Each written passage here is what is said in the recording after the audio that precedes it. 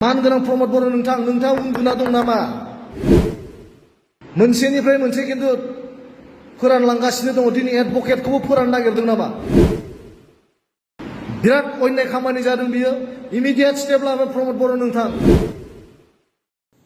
गिबियावनो अननाय सिबिनायखौ बावहरनानै नैबे भिडिअखौबो नोंथांमोननो जोबनायाव दिन्थिनो नाजागोन। बेनि सिगांनो बे भिडिअआ मोनसे मिथिनो गोनां आरो नोंथांमोना सम दसे होनाबाबो नायगोन होननानै आं आसा खालामो। बेनि अनगायै मोननैसो खौरां फोसावनो लादों। गिबियावनो दे आसाम पुलिसनिफ्राय जाय उदै ओंखारनाय बिथांमोनखौ 3 दाननि थाखाय बिथांमोनखौ फिजिकेलखौ बा उदैखौ खम खालामना लानो थाखाय बिथोन होनाय जादोंमोन आरो बेफोरबायदि बिथिंनि सायाव दिनै BMI बडि मास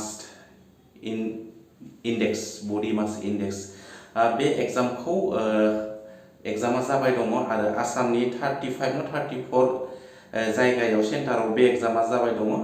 बेनि अनगायैबो जे ससियेल मिडियाफोराव जायफोर गाज्रि फट' गाज्रि भिडिअ होनानै सुबुं समाजनि गेजेराव मोनसे गाज्रि बारहावा सोमजिहोदों, बिथांमोननि सायावबो गोख्रोङै मोनसे बिथांखि लादों।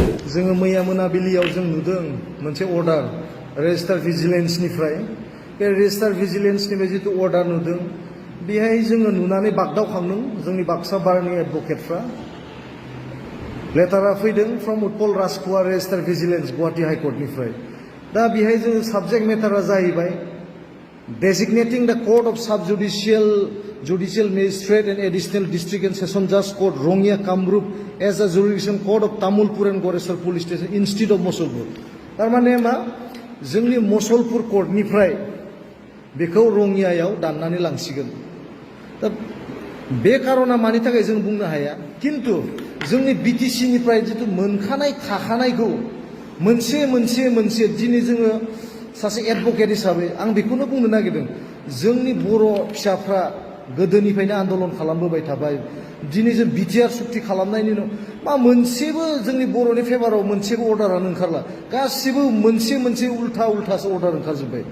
मैयानो जितु नटिफिकेसन, बे नटिफिकेसनाथ' ओरैबायदि गिख्रांथाव मोनसे, मानो होनबा जोंनि प्रेक्टिसिं एडभकेट बाक्सानि जितु प्रेजेन्ट जितु एडभकेट बिथांमोननिफ्राय दिनै सेनानै दिनै रङिया कर्टआव मानो लांनो हाखो?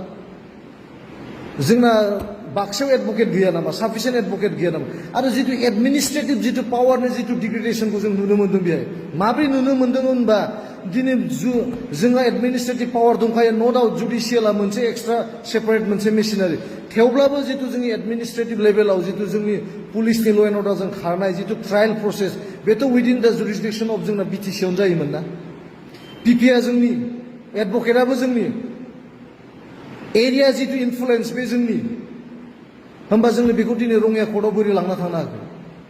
दिनै मा रङियायावल' साफिसियेन्ट स्पेस दं नामा? रङियानि जायगायाव लांमोन, तामुलपुराव लां, गरेस्वराव लां। दिनै मानो रङियायाव लांखो? दा who will be responsible for that? जोंना मानगोनां प्रमद बर' नोंथाङा उन्दुना दं नामा? पलिटिकेल पावारनि नामाव दिनै ओरैनो पलिटिक्स खालामबाय थाबा जानाय नङा। रेडि जा। मोनसेनिफ्राय मोनसे खिन्थु फोरानलांगासिनो दङ। दिनै एडभकेटखौबो फोराननो नागिरदों नामा? एडभकेटफ्रा मूर्ख नङा, जाम्बा नङा। नोंथाङा जाम्बा जानो हागौ, एडभकेटफ्रा खिन्थु जाम्बा नङा। दिनै बर' फिसाफ्रा दिनै साफा सानै एडभकेट मोनहांदों। बिथांमोना दिनै न'खर बेनो प्रेक्टिस खालामना सुहांदों। गोदान एडभकेट दिनै फरायगासिनो दङ। दिनै जों रङियायाव थांना मानो प्रेक्टिस खालामनांगौ? जोंहा बिनि थाखाय हा गैया नामा?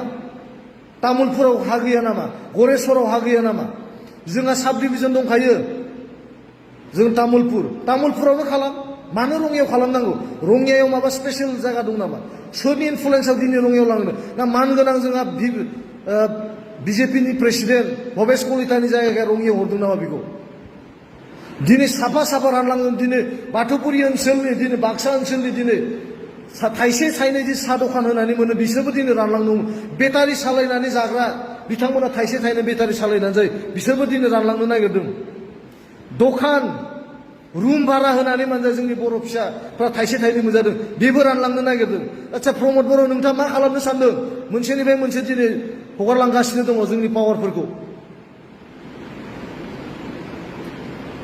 बिराद अन्याय खामानि जादों बियो इमिडियेट स्टेप लाबाय प्रमद बर' नोंथां बे नोंथांमोना साननो थाङा खेमतायाव जे थाबाय थागोन होननानै साना मोनसेनिफ्राय मोनसे नोंथाङा बिखंगति बरनगासिनो दङ दिनै फैयै फैयै नोंथांनि रेफारेन्स नङाबा दिनै तामुलपुरा नोंनि जायगानि तामुलपुराव लाखिनो हायोमोन बेखौ बोरै रङियाव हरखो दिनै बाक्सा कर्टनिफ्राय बोख्लानानै दिनै सोर पावार होखो गरेस्वरजों तामुलपुरनि पुलिस स्टेसनखौ बोरै रङियाव लांनो हाखो न'वेर उइदिन दा डिस्ट्रिक्ट एडमिनिस्ट्रेसनाव जोंनि पुलिस पावारा थायोमोन किन्तु दिनै पुलिस पावारा दंमालाय मा जुडिसियेलि दिनै जुडिसियेल पावारखौ दिनै रङिया कर्टआव लाना थांबाय मानो लाना थांनो मोनखो बेखौ गतिके रायजोफोर साबधान जादो गाज्रि दिना फारसेनिफ्राय साग्लोबगासिनो दङ आं सासे एडभकेट आं रावनिबो दालाल नङा नो डाउट आंहा माबा मोनसे एफिलिएसन थानो हागौ बे बाथ्रा नङा बाथ्राया जाथिनि मोनसेबो खहा जानो मोननाय नङा मानगोनां एबसुनि आफादगिरि नोंथाङा बे मेटारखौ एसे सिरियास ला